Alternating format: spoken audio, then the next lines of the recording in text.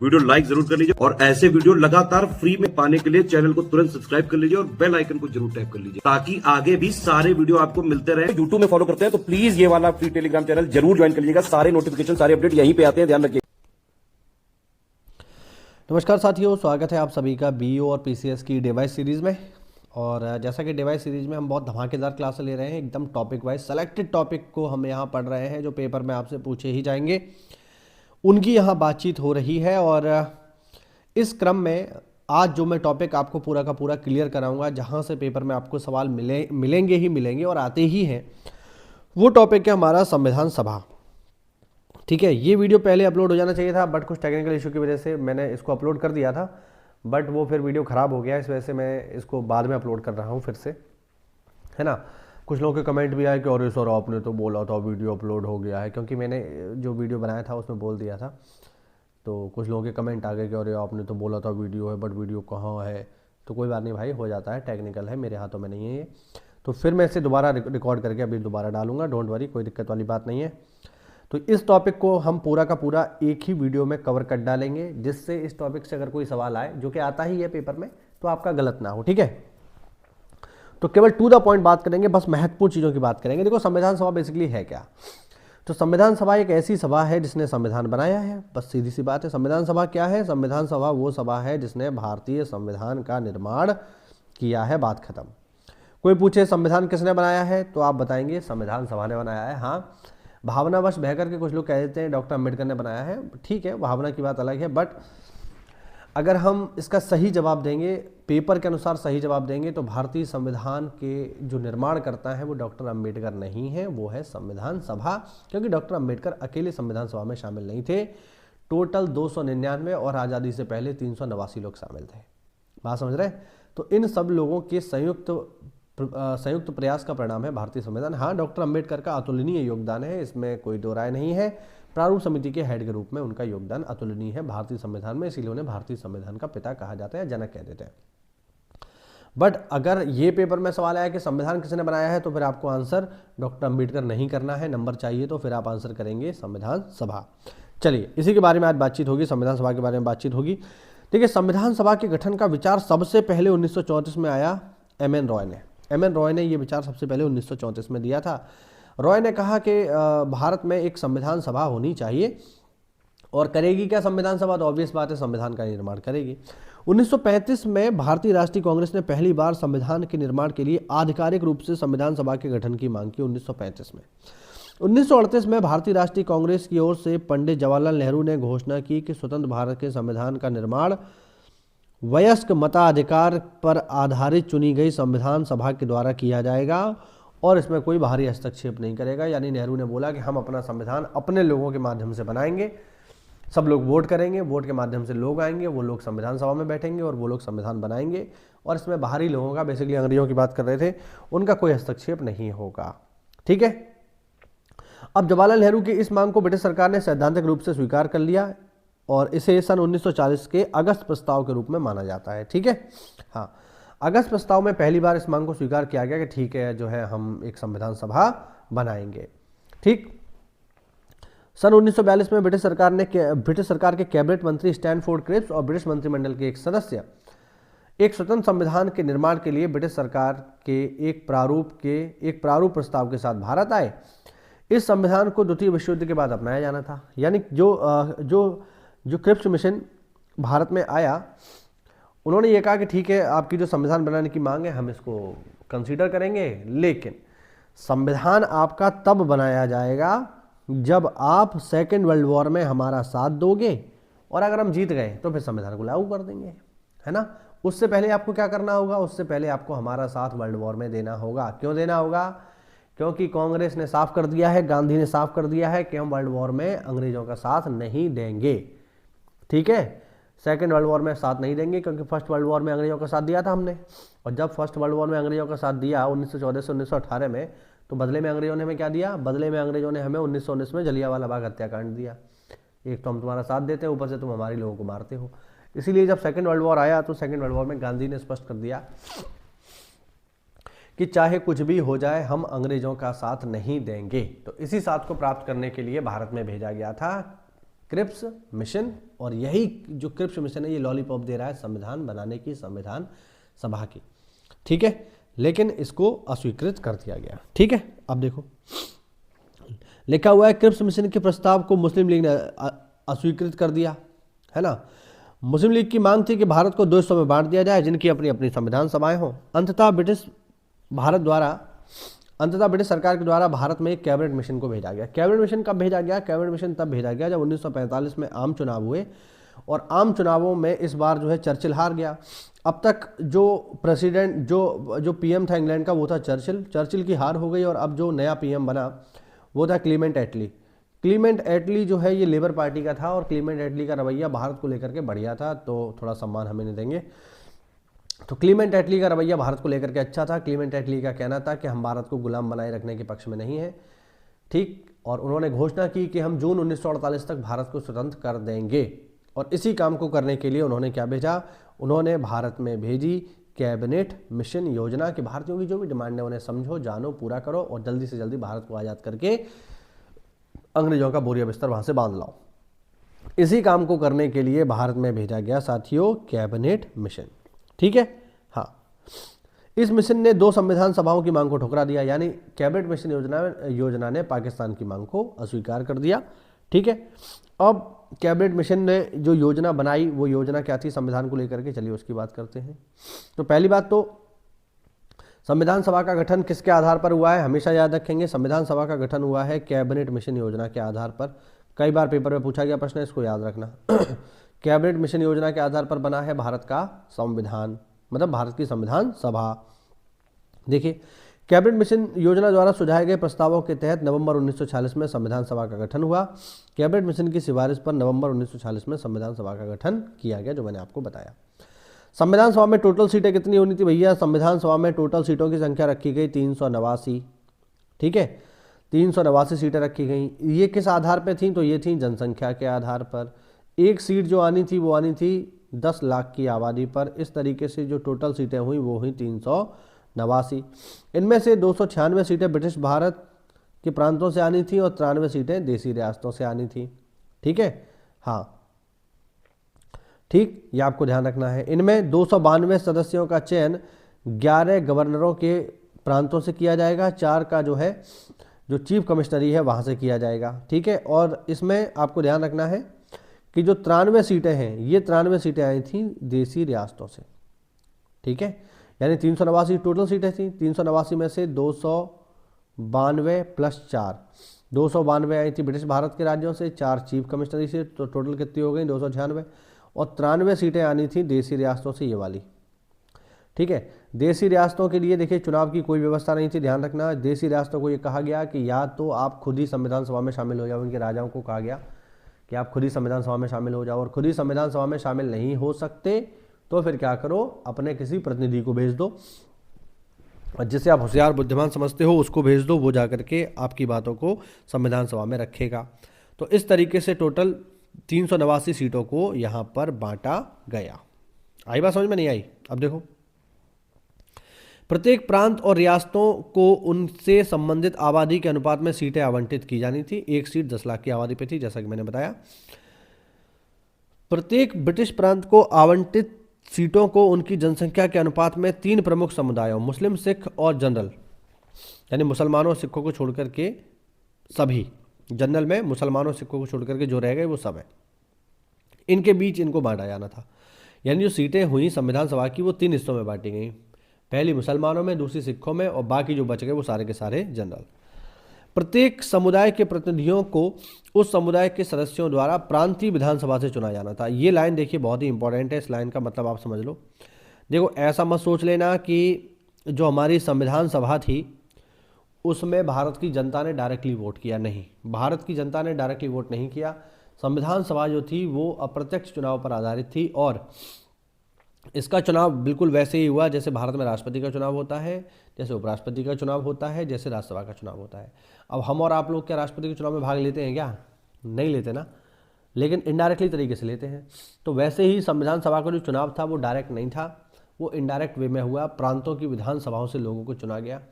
भारत की जनता प्रत्यक्ष रूप से संविधान को बनाने में शामिल नहीं थी, याद रखिएगा। चुनाव किस तरीके से हुआ, तो जैसे कि मैंने अभी बताया कि जैसे राष्ट्रपति और उपराष्ट्रपति का चुनाव होता है, और राष्ट्रपति उपराष्ट्रपति का चुनाव किस विधि से होता है, एकल संक्रमणीय मत प्रणाली से होता है।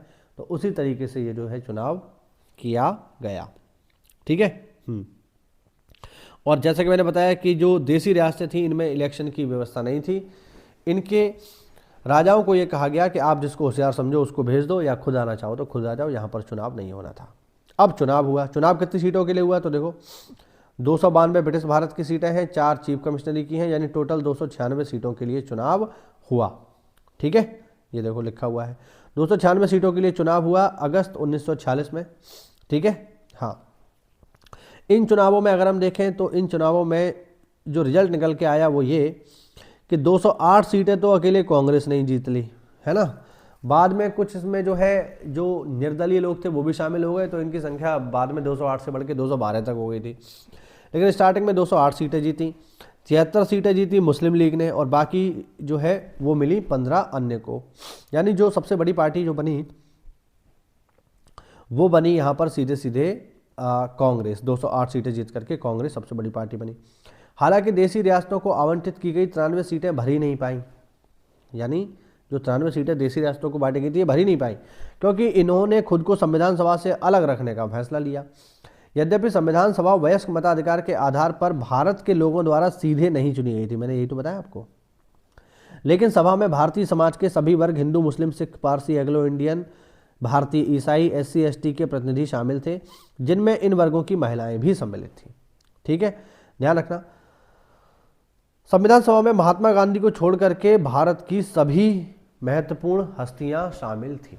यानी 2 लोग ऐसे थे संविधान सभा में जो शामिल नहीं थे, एक गांधी, एक जिन्ना, जो कि अपने अपने एरिया के सबसे बड़े नेता थे। मुसलमानों के सबसे बड़े लीडर जिन्ना, हिंदुओं के सबसे बड़े लीडर गांधी, और यही दोनों संविधान सभा में शामिल नहीं थे, याद रखना।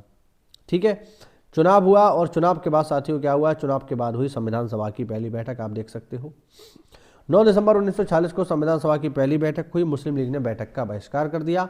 बैठक के बहिष्कार करने के पीछे लॉजिक बहुत सिंपल था। मुस्लिम लीग का कहना था कि हमें चाहिए पाकिस्तान और संविधान बन रहा है भारत का, तो जब हमें पाकिस्तान चाहिए तो हम भारत के संविधान बनाने में अपना योगदान क्यों दें, हम तो पाकिस्तान का संविधान बनेगा तब काम करेंगे, अभी हम क्यों काम करें इसमें। इसीलिए उन्होंने संविधान सभा का बहिष्कार कर दिया। लॉजिक बहुत सिंपल सा है, आपको समझ में आया होगा। ठीक है, आगे देखो। इस प्रकार बैठक में केवल 211 सदस्यों ने भाग लिया 9 दिसंबर को। सबसे पुराने सदस्य यानी जो सबसे सीनियर थे वो थे डॉक्टर सच्चिदानंद सिन्हा। इनको फ्रांसीसी प्रथा का पालन करते हुए विधानसभा के अस्थायी अध्यक्ष के रूप में चुना गया। ठीक है, यानी संविधान सभा के अस्थायी अध्यक्ष कौन बने, पहले डॉक्टर सच्चिदानंद सिन्हा, बाद में इनकी सीट को ले लिया किसने, इनकी सीट को ले लिया डॉक्टर राजेंद्र प्रसाद ने, और डॉक्टर राजेंद्र प्रसाद बने संविधान सभा के स्थायी अध्यक्ष। ठीक है, दूसरा ये तो बन गए अध्यक्ष, फिर चुने गए उपाध्यक्ष। तो उपाध्यक्ष 2 हैं, याद रखना, पहले हैं HC मुखर्जी, याद रखेंगे, और दूसरे हैं VT कृष्णामाचारी। ठीक है, तो 2 लोग संविधान सभा के उपाध्यक्ष हैं, HC मुखर्जी और VT कृष्णामाचारी, ये दोनों संविधान सभा के उपाध्यक्ष हैं, 2 हैं, ध्यान रखना। 13 दिसंबर 1940 को जवाहरलाल नेहरू ने संविधान सभा में ऐतिहासिक उद्देश्य प्रस्ताव रखा, बहुत इंपॉर्टेंट है, ध्यान रखना, उद्देश्य प्रस्ताव।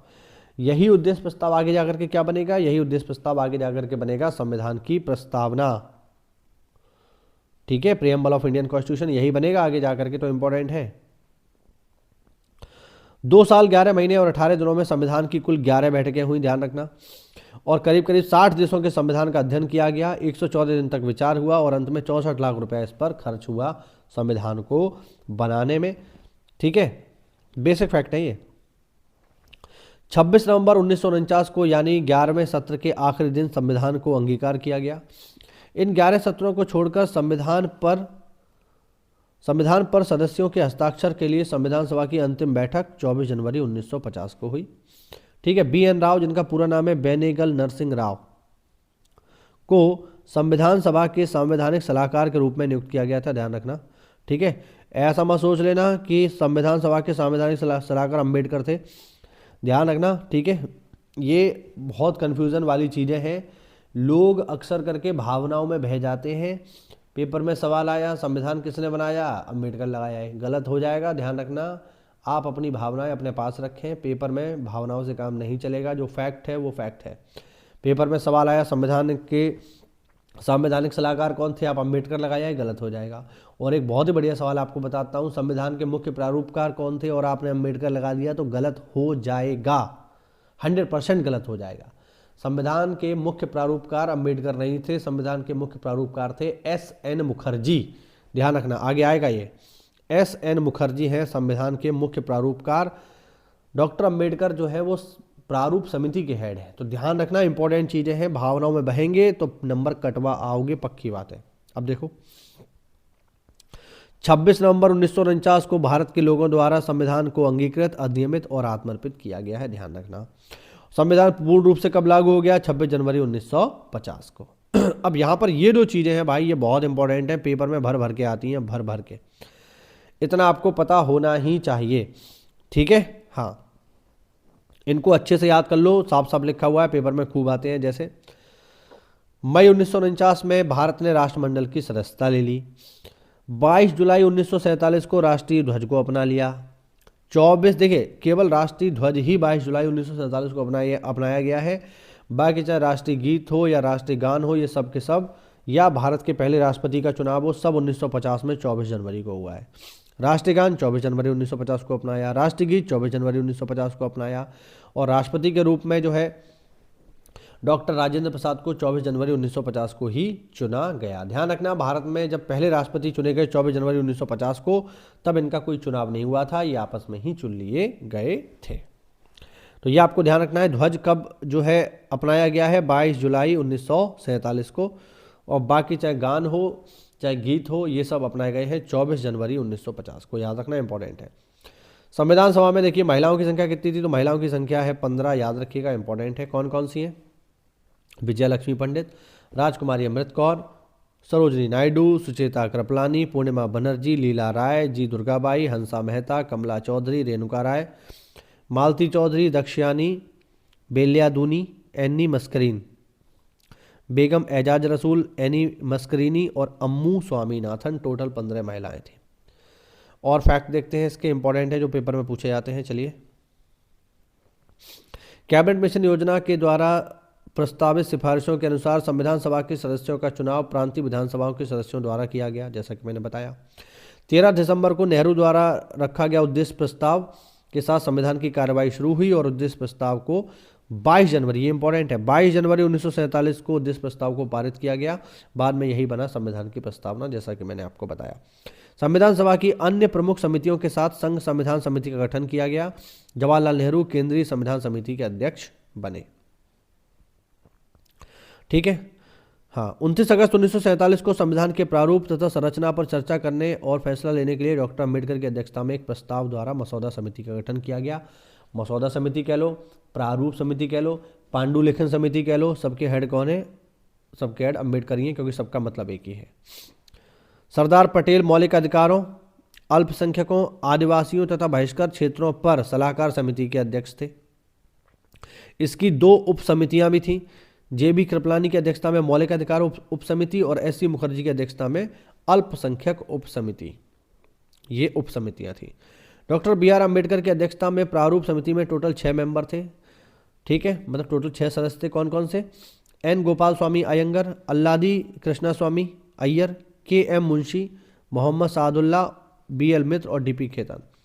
बाद में क्या हुआ? बी.एल. मित्र के स्थान पर एन माधवराव आ गए, और 1948 में डी.पी. खेतान की मृत्यु के बाद टी.टी. कृष्णामाचारी इसमें शामिल हो गए। अगला फैक्ट देखिए, संविधान का पहला मसौदा, बहुत इंपॉर्टेंट है। संविधान का पहला मसौदा संवैधानिक सलाहकार बी.एन. राय को चर्चा, राय और उसमें बदलाव के लिए मसौदा समिति के समक्ष रखा गया। श्री राव द्वारा प्रस्तावित मूल मसौदे में 243 अनुच्छेद और 13 अनुसूचियां शामिल थी। ध्यान रखना, संविधान का पहला मसौदा जो है वो बी.एन. राव ने तैयार किया।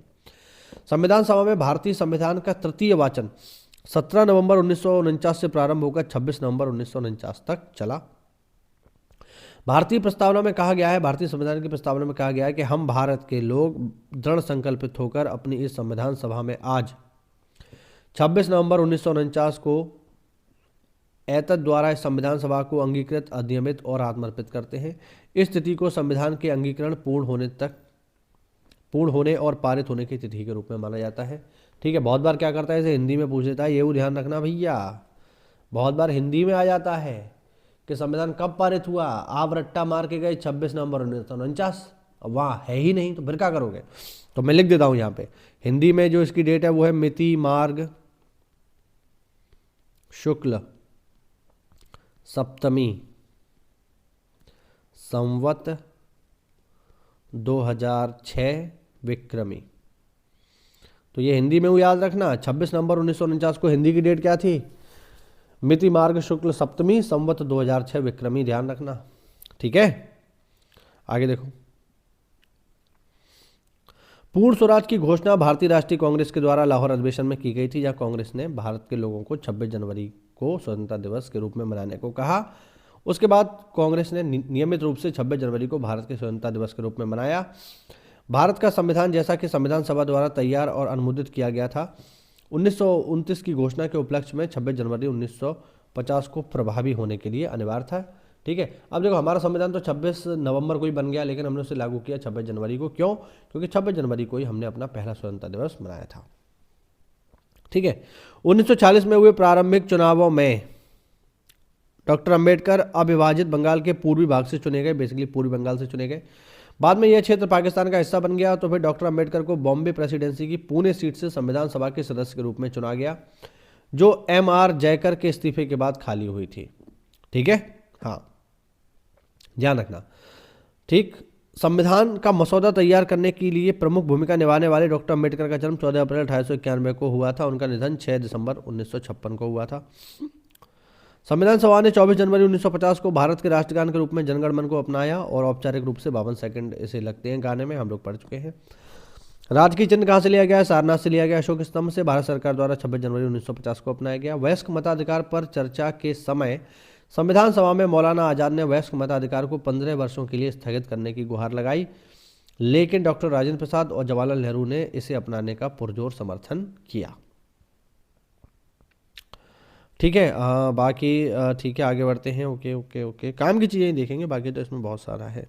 देखिए, भारतीय संविधान देश की सभी आवश्यकताओं को पूर्ति करने में सक्षम है। यह भविष्य की संभावनाओं से भी अच्छी तरह वाकिफ है, क्योंकि इसमें संशोधन का प्रावधान है। दूसरी ओर यह विभिन्न अन्य देशों के संविधान के दृष्टिकोण तथा सिद्धांत लेता है। इस प्रकार इसे अपनाया गया संविधान कहा जा सकता है। ध्यान रखना, भारत के संविधान को अपनाया गया संविधान कहते हैं। ठीक, अपनी राष्ट्रवादी प्रक्रिया में भारतीय संविधान के निर्माताओं अल्पसंख्यकों के हितों तथा भावनाओं के महत्व को कम करके आंका है। ठीक है, यह कथन किसका है? ये जो स्टेटमेंट है ऊपर वाला पूरा का पूरा, ये आइवर जेनिंग्स का है, ध्यान रखना। उनका मानना था कि भारतीय संविधान निर्माताओं ने भारतीय संघ में अल्पसंख्यक हितों और भावनाओं के महत्व को न्यूनतम करने का प्रयास किया है। ठीक, अगला फैक्ट बहुत ही इंपॉर्टेंट है। संविधान सभा कांग्रेस थी और कांग्रेस भारत था। ये स्टेटमेंट बहुत इंपॉर्टेंट है। ये स्टेटमेंट किसका है भैया? ये स्टेटमेंट है ऑस्टिन का, ध्यान रखना। और उन्होंने ये स्टेटमेंट दिया अपनी पुस्तक द इंडियन कॉन्स्टिट्यूशन में। ठीक है, 2 सितंबर 1940 को अंतरिम सभा का गठन किया गया। जब मुस्लिम लीग के सदस्य इसमें शामिल नहीं हुए तो उनके लिए शामिल होने का विकल्प खुला रखा गया। अंततः 26 अक्टूबर 1940 को जब सरकार का पुनर्गठन हुआ तब मुस्लिम लीग के 5 प्रतिनिधि इसमें शामिल हुए। और लास्ट पॉइंट संविधान सभा का, कैबिनेट मिशन में कितने सदस्य थे देख लो, 3 सदस्य थे भैया, Lord Pethick Lawrence, Stanford Cripps और A.V. अलेक्जेंडर। इसी के साथ हमारा जो टॉपिक हमने शुरू किया था, जो चूज़ किया था आज का, वो था संविधान सभा। उसको हमने कंप्लीट किया। अब एक छोटा सा मैं आपको होमवर्क देता हूँ। आप लोग मुझे बताओ संविधान सभा में SC सीटें कितनी थी और ST सीटें कितनी थी। ये आप मुझे कमेंट करके बताना कि संविधान सभा में SC और ST की सीटें कितनी थी। महिलाओं की तो मैंने बता दी 15। SC ST की आप लोग मुझे बताओ कि संविधान सभा में SC सीटें कितनी थी और ST सीटें कितनी रखी गई थी। इंपॉर्टेंट डेटा है, आपको पता होना चाहिए। चलिए मिलते हैं डिवाइस सीरीज की अगली क्लास में। तब तक के लिए जय हिंद, जय भारत, वंदे मातरम।